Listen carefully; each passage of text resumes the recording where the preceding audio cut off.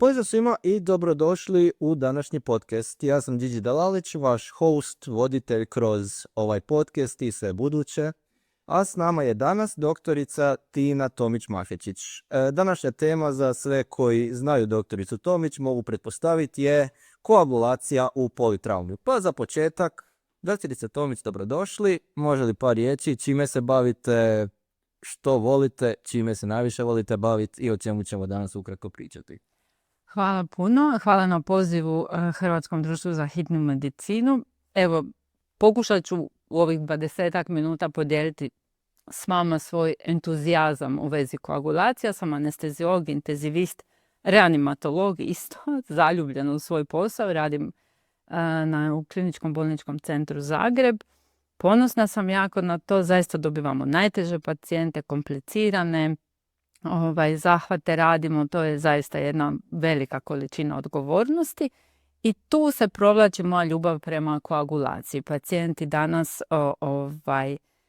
su sve kompleksni, stari imaju puno pridruženih bolesti i shvatila sam da smo mi tu u tom perioperacijskom razdoblju dosta tanki sa znanjem i da možemo imati jednu lijepu edukacijsku platformu, što je jedna udruga koju sam osnovala, CRO-PBM, gdje multidisciplinarno radimo na tome da bolje razumijemo što se dešava s pacijentima koji krvare, da pri tome štedimo krv koja je jedan ograničeni resurs i da napravimo sve da spasimo jedan veći broj pacijenata. Angažirana sam i u nekim međunarodnim društvima, ali evo ta koagulacija, krvarenje i teški pacijenti, to je zbilja jedna velika moja ljubav i nadam se da ću uspjeti taj entuzijazam kroz ovaj razgovor prenijeti na slušatelje i gledate. Siguran sam da hoćete. Pa da počnemo, malo ćemo se zbog vremenskog ograničenja suziti na koagulaciju u politraumi. Onaj dio sa epidemiologijom, fatofiziologijom, slično ljudi najčešće vole preskočiti, ajmo se baš na to fokusirati. U kratkim crtama, zašto je koagulopatija u traumi važna i kako utječe na ishode naših bolesnika zahvaćenih politrauma? Ono što moram prvo reći kod politraumatiziranih pacijenata, neke ozljede su nažalost nespojive sa životom. Ono što je preventibilno, to je krvarenje. Znači kad krvarenje nastane, mi možemo uložiti sve naše napore da ga na neki način zaustavimo. I ono što je važno je to napraviti na vrijeme. Ja uvijek kažem svojim mlađim specijalizantima i kolegama da je vrijeme neprijatelj krvarećeg bolesnika. Ako ne prepoznamo krvarenje ili ne reagiramo na vrijeme, velika je šansa da ćemo izgubiti bitku. Znači 50% mortaliteta kod politraumatiziranih iznosi krvarenje. Ako to uspijemo riješiti, desit će se da će neki bolesnici naknadno zbog prirode ozljede nažalost letalno završiti, ali to je nešto što je preventabilno. Tako da ako je priroda ozljede toliko velika i ako je pacijent u što većem šoku, tako nam jednako raste i mortalitet. Koagulopatija je nešto što se dešava nažalost rano kod ozljede i ono što se prije zvalo traumom inducirana koagulopatija danas se zove ETIK, rana traumom inducirana koagulopatija. Nastaje brzo već u prvim minutama praktički nakon ozljede. Hvala na opširnom odgovoru. Kad smo već kod prvih minuta, malo ću se zakačiti na tu frazu jer mi se jako sviđa. Što konkretno naši kolege na terenu u tih prvih nekoliko minuta prvog kontakta s bolesnikom koji je pretrpio traumu mogu napraviti s dijagnostičke strane što se tiče inspekcije bolesnika, fizičkog statusa i slično, da bi potencijalno uhvatili sliku koagulopatije već u toj ranoj fazi i prepoznali da se radi o bolesniku koji je pod rizikom? Da. To je malo kompleksno, moram reći, i malo ovisi o vašem isto kliničkom iskustvu. Ono što je užasno važno shvatiti da ne trebaju nikakvi briljantni manevri. Sa običnim, zdravo logičnim postupcima već vi možete spasiti nebrojeno puno života. Ako imate arterijsko krvarenje koje je intenzivno, neka velika krvna žila je stradala, bilo zbog udarca, zbog prostrijelnog metka ili čega god, vi prvo što morate napraviti je kompresiju. Znači svako vidljivo krvarenje na tijelu A arterijsko krvarenje vaš će pacijent u roku od minute i pola, ako je neka velika arterija ili 2 minute, iskrvariti. Ako se radi o venskom krvarenju, taj kategorija možda sat vremena. Ako imate unutarnje krvarenje, vrlo teško ćete vi napraviti nekakvu kompresiju. Ćete prepoznat po tome da će vam pacijent biti sve nižeg i nižeg tlaka, da će biti sve bržeg i bržeg pulsa jer ulazi u nekakav šok. Znači, zdravo, razumski, prvo ako vidite, imate nekakve vidljive mjesta krvarenja, onda ćete ih komprimirati rukama, zavojem, bilo kakvim pritiskom. Drugo što možete napraviti, kratko vrijeme, jedna inducirana hipotenzija igra dobru ulogu, u smislu da ne trebate previše dizati tlak vašem bolesniku, jer što je tlak veći, naravno pacijent će vam više krvariti. I ta inducirana hipotenzija igra, znači, ulogu ono vrijeme dok ne transportirate tog pacijenta do bolnice. Ono što još morate paziti je da ne naštetite tom pacijentu, znači da ga previše ne razrijedite. Pacijent treba neki cirkulirajući volumen, ali da ne pretjerujete sa tekućinama, sa kristaloidima, koloidima, jer ćete razrijediti njegove faktore zgrušavanja. Svako tijelo ima svoju vlastitu sposobnost, ako ima neku ranu, da rana zacijelje. Ali ako je ta ozljeda masivna, tu se gube mogućnosti organizma da zaustave krvarenje i tu krenete u potrošnu koagulopatiju i tu ste onda, nažalost, idete u nekom lošem smjeru. To je ona situacija, ne znam, kad sam ja bila mala pa bi se opekla, pa bi mi baka rekla, joj, primi se za uho pa će proći to što si se opekla. Ne možete stajati u požaru i držati se za uho, to ne ide. Dakle, morate pacijenta, nakon što ga inicijalno zbrinete, znači komprimirate krvarenje, spriječite da ga pogoršate, možete uvijek dati na licu mjesta u vanbolničnoj hitnoj tranexamičnu kiselinu i sa pacijentom što brže u ustanovu, najbolje neki trauma centar koji će onda dalje zbrinuti pacijenta. Izvršno. Malo ću popikati par stvari koje ste rekli sa još malo dubljim pitanjima. Recimo volumen. Koliko volumena mislite da bi bolesnik najviše trebao dobiti po nekakvim pravilima struke da mu se ne našteti u vanbolničkoj hitnoj i koji bi po vama bio optimalni volumen za dati da možete izabrati bilo koji volumen, neovisno o uvjetima koje trenutno imamo u našim kolima? Da, to je jedno vrlo, vrlo teško pitanje i nema univerzalnog odgovora na to pitanje.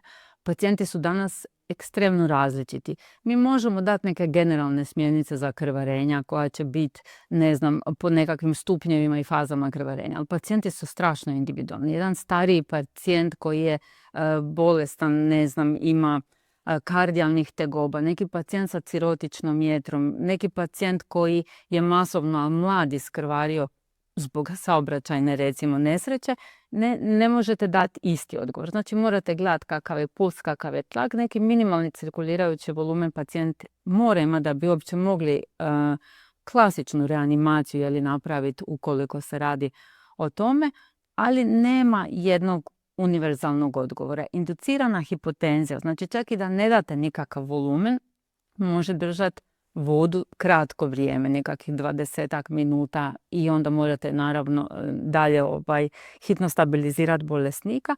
Ono samo što je važno reći da postoje već vani isto tako preparati koji su plazma, ali ne klasična plazma koja se topi kao kod nas, nego plazma koja ima potpuno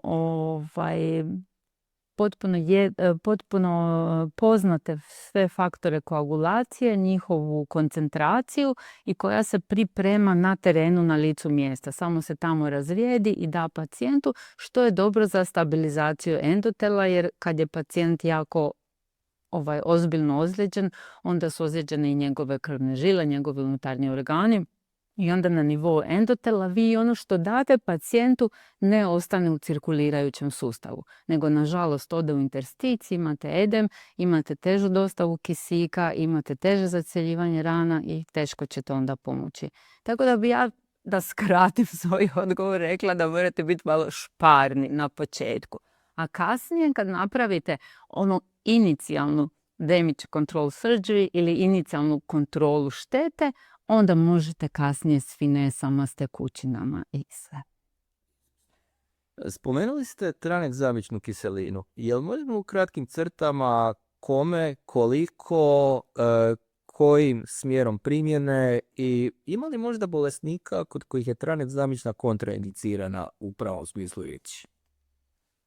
Onako jedan generalni odgovor da dobrobit tranexamične kiseline generalno nadvladava sve eventualne štete ili mogućnost da ona nije korisna. Postoje pacijenti koji kad krvare imaju različite fenotipe. Neko će imati hipofibrinolizu, neko će imati hiperfibrinolizu, neko će imati umjerenu fibrinolizu. To su sve fiziološki odgovori našeg organizma. Kod nekih, dakle, tranexamična kiselina koja je logično antifibrinolitik neće biti potrebna. Međutim, korist tranexamične kiseline, kako ona uvelike nadmašuje njenu štetu, je dobro primijeniti u prvih sat vremena, ja bih rekla, kod svih politraumatiziranih bolesnika.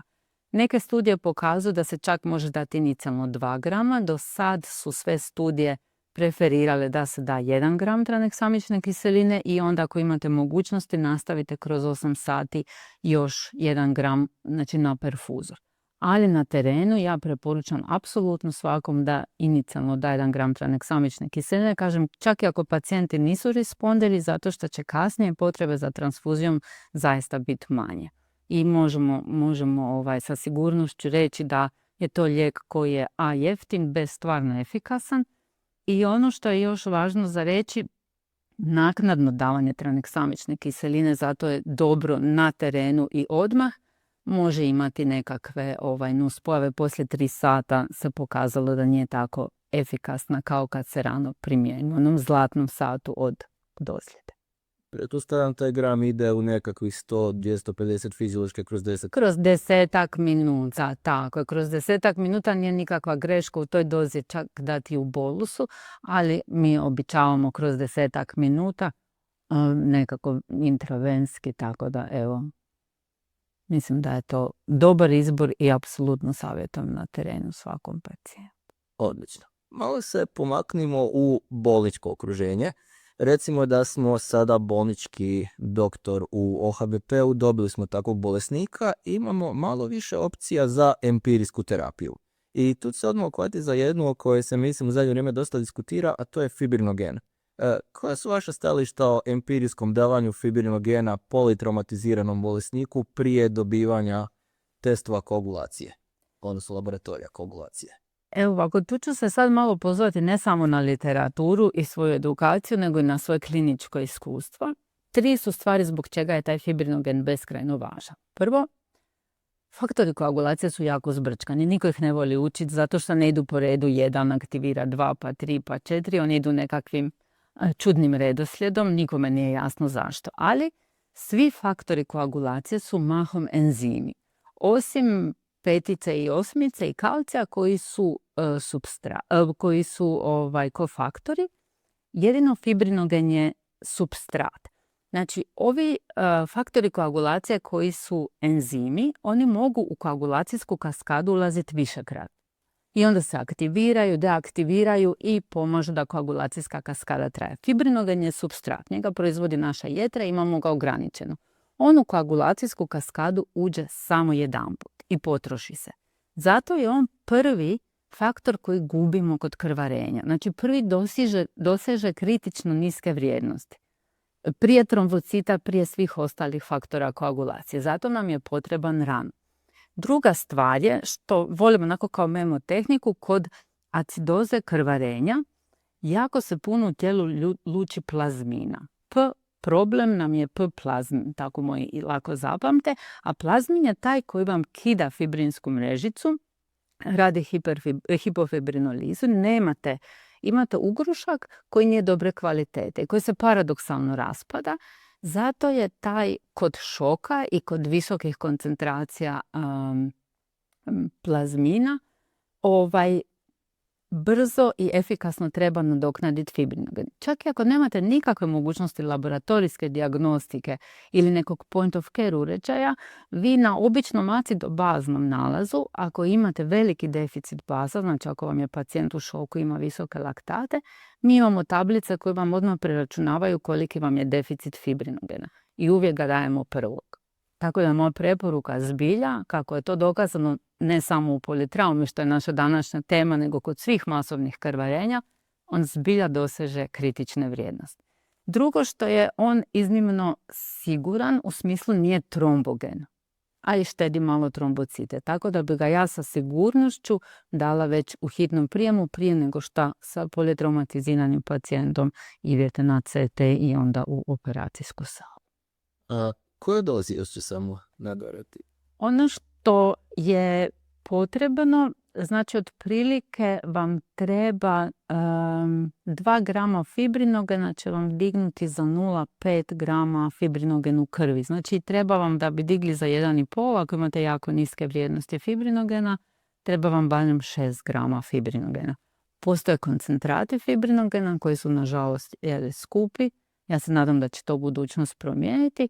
Fibrinogena također imate u plazmi, negdje oko 300 do 500 mg po dozi plazme i imate ga u krioprecipitatu, naravno ovisno o donoru, a nešto malo više, ali sa koncentratom ćete jedino postići tu dozu u adekvatnom volumenu da ga možete brzo nadoknaditi. Inače vi trebali dati enormne količine plazme koja evo kod nas dan danas nažalost nije virusno deaktivirana, iako su svi derivati krvi nikad sigurniji, još uvijek je to biološki materijal, još uvijek ne znate točno što dajete vašem pacijentu.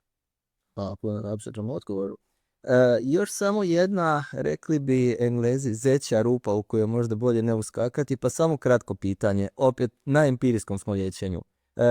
Recimo da bolesniku treba masivna transfuzija, 1:1:1 ili neki drugi omjer. I zašto? U kratkim crtama. Pa sve su studije do sad pokazale da to 1:1:1 drži vodu, da je to onaj otprilike omjer kako je i sastav u punoj krvi. Danas neke ustanove i dalje prakticiraju punu krv, pa onda date sve ono što je sad frakcionirano. Ono što moram reći, mi smo jako napredovali s tim point of care uređajima, tako da mi odmah radimo ciljanu dijagnostiku i dajemo pacijentu samo ono što mu zaista treba. Ako se radi o masovnom krvarenju, još jedanput podsjećam sve koji gledaju, to nije krvarenje kad vi trebate 1 ili 2 doze krvi. Nekad nam pacijenti dobiju i izgube u roku od 5 sati po 17 litara krvi. To su enormne doze koje samo 10% politraumatiziranih bolesnika ima baš masovno krvarenje. Znači ako vi godišnje imate, 200 bolesnika, samo 20 njih će baš masovno krvariti, da ćete trebati ogromne količine krvi, krvnih derivata, faktora koagulacije, tranexamične kiseline, svega onoga što treba da spasite pacijentu život. I vi koagulacijsku piramidu možete proći nekoliko puta u tom procesu dok se ne desi da kirurzi saniraju potpuno krvarenje, dok pacijent nije dovoljno stabilan i da možete lagano onda paziti i na ove ostale. Krvarenje samo po sebi je prokoagulant, znači tijelo nastoji da zaustavi krvarenje. Samo kažem, kad je krvarenje toliko veliko da iscrpite naše mogućnosti, onda mi sa faktorima i sa svim pomažemo. Ono samo što moram reći, po mom kliničkom iskustvu, mi trombocite dajemo zaista zadnje.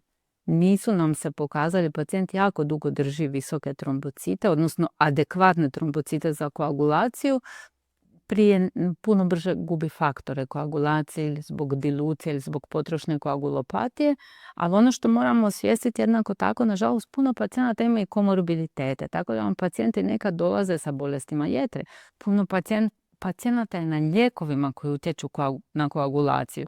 Tako da je danas jedna ogromna brojka pacijenata koji su na doacima, pa vi kad rješavate masovno krvarenje uvijek morate imati u glavi prisjetiti se ako nestaje na svu ovu moju terapiju koju sam primijenila, ima li još nešto drugo što nam je promaklo i onda eventualno razmišljati o tome da je dati možda trombocite malo ranije ili neki antidot za te lijekove ili kako se zavisi u kom smjeru ide klinička situacija. Ima smisla.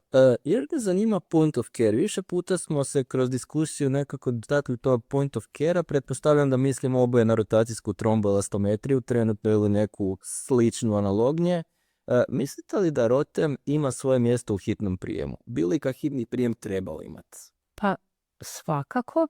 Danas postoje različiti uređaji. Ja sam fascinirana tom koagulacijom. Imate moderne uređaje koji vam čak odmah na ekranu prikazuju i sliku ugruška. Znači 3D imate ugrušak i vidite kako izgleda ugrušak od vašeg pacijenta.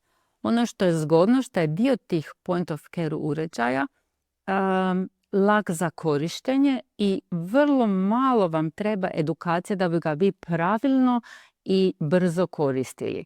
I sad između svih tih tromboelastometrijskih, odnosno tromboelastografijskih uređaja, mi nekako najviše volimo kad su nam ruke slobodne pa nema puno pipetiranja, nego imate nekakav cartridge, uložak koji gurnete u mašinu, stavite epruvetu i za 10 minuta imate nekakav uzorak koji odgovara vašem ugrušku kod vašeg pacijenta.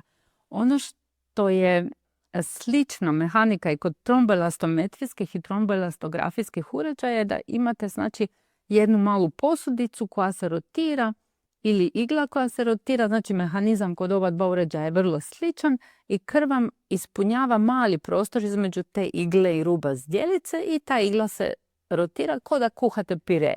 I kako se ugrušak radi, ta se igra se sporije i sporije rotira i dobijete jedan trag koji odgovara, ne znam, čaši ili ribici i vidite koja je čvrstoća vašeg ugruška, koliko vašeg pacijentovog, koliko se brzo stvara i da li postoji fibrinoliza.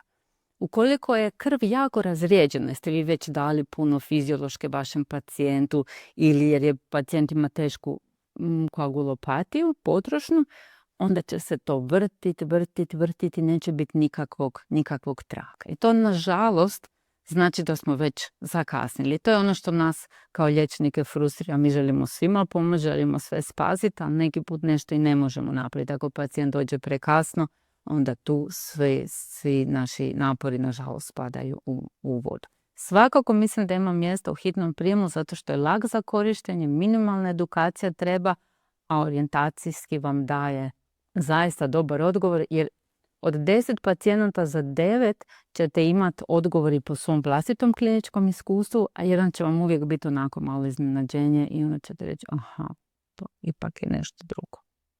Ima smisla. Još ću vas malo iskoristiti kao stručnjaka koje već smo spomenuli u sklopu CRO PBM-a radi jako puno na edukaciji u vezi koagulacije, krvarenja i svega vezano uz općenito poremećaje krvi u traumi i šire. Što vi mislite iz svoje pozicije edukatora, kliničara, stručnjaka, koje su najveće nekako rupe, razmaci između trenutnih praksi u izvanbolničkoj i bolničkoj kliničkoj praksi i nekakve najbolje prakse ustanovljene kombinacijom kliničkog iskustva i literature? Gdje se možemo najviše popraviti i koji bi bili nekakvi početni koraci za to? Ono što trebate znati da u sustav ulaze konstantno novi ljudi i vi konstantno trebate raditi jedne trajne edukacije. Znači, svako 6 mjeseci za ljude bi trebalo raditi sustavne edukacije. Tako da ljudi koji su tamo već nešto ponove, ljudi koji su došli novi da nešto nauče.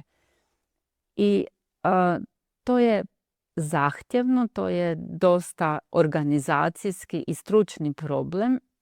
Ono što je uvijek dobro raditi sa ljudima koji zaista imaju puno kliničkog iskustva, jer onda oni nekakav možda simpatičniji način imate. Uvijek najbolje naučite kroz nečije primjere. Ne znam, ako imate malu bebicu koja ima 4,5 kila sa rupturom jetre i slezene i imate u vašoj vlastitoj bolnici sve moguće uređaje kako da izanalizirate ugrušak kod tog djeteta, a ne možete uzeti uzorak krvi jer je dijete u teškom šoku, onda vam ništa ne pomaže taj tren. ali to dijete preživi zbog vašeg kliničkog iskustva. I kad vi prenesete to svoje kliničko iskustvo nekom mlađem, onda on to puno bolje nauči nego što nauči iz suhoparno iz knjige ili iz neke studije. Tako da mislim da treba ulagati strašno puno u konstantnu, trajnu edukaciju i svako 6 mjeseci ponavljati da je to korisno i za one koji znaju, jer ponovo i uvijek, vjerujte mi, naučite nešto novo i ponovo naravno ove mlađe koji dolaze, jer se kolege u hitnoj kad se uvode u posao imaju jako puno koagulacija, je samo jedna od stvari koja je njima važna. Ima još jako puno stvari koje oni moraju naučiti, koje moraju savladati. Tako da samo je važno da znaju da postoje stvari koje su preventibilne, u koje treba na vrijeme prepoznati, brzo reagirati da mogu raditi dobar posao. Tako da strašno vjerujem u edukaciju i da je kontinuirana i da je praktički traje. Hvala puno na svim opsežnim odgovorima i na edukaciji. Ja sam isto naučio jako puno tijekom našeg razgovora. Vjerujem da će i naši gledatelji i slušatelji. Hvala puno na gostovanju. Nadam se da ćemo se susresti u još podcasterskim i ne podcasterskim susretima i druženjima u budućnosti. I hvala uredništvu StudMef na tehničkoj organizaciji i podršci koju su nam pružili. Do idućeg slušanja. Pozdrav. Hvala puno na pozivu i bilo je divno. Također.